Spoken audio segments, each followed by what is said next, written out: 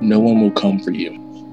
That's what he said every night as I lay entombed in the fears I had long ago resigned myself to. My brother loves to torment me. He always has. He's always taken great pleasure in my fear and misery, his idea of fun. When I was 3 years old, I vividly remember every night. At around 9 o'clock, my mother would tell me it was time for bed.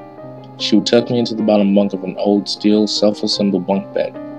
She would kiss my forehead before saying goodnight, turning the light off and leaving the room and closing the door tight. As I lay staring at the dim light in my room, taking in the various silhouettes and furniture, I would hear the springs of the top bunk creak and give. I would close my eyes and silently cry, knowing my brother's cruel game was about to begin. Every night was the same. My brother would growl at me with his malevolent croak about all the pain and misery awaiting me. "No one will come for you," he would begin. "No one will save you when I take you down to the other place." I would lie there, my body cocooned in the catonic terror, only able to silently weep and listen as my brother would describe the various tortures he had brought up for me.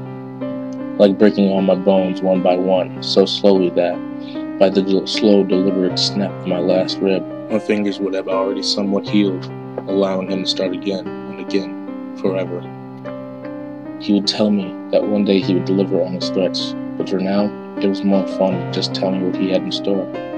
My brother loves to torment me. So yeah, this was my childhood up until I turned 7. My father decided that it was time to get rid of the bunk beds. He bought them when my mother was pregnant. We live in a small flat in London, not a lot of room at all. So when my mother and father told me she was expecting twins, my brother and I, my mother says he was so insane with joy, like a hyperactive child on Christmas Eve. He went out to the bed store that day and bought the damn steel bunk bed, saying it was a perfect solution for our lack of room, even though he knew the bunk bed wouldn't be used until we were at least 2.5 years old. He had our bedroom fully decorated and furnished, complete with the bunk bed 2 months before we were born.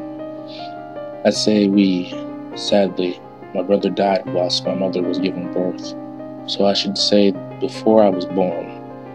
I don't know much about what happened exactly. I'm very hesitant to ask my parents' estimation of the subject, sends them into tears, and well, it's just not spoken about in our home.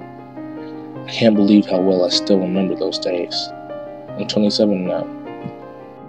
I've got my own little flat, an okay job, and a beautiful collection of sleeping pills.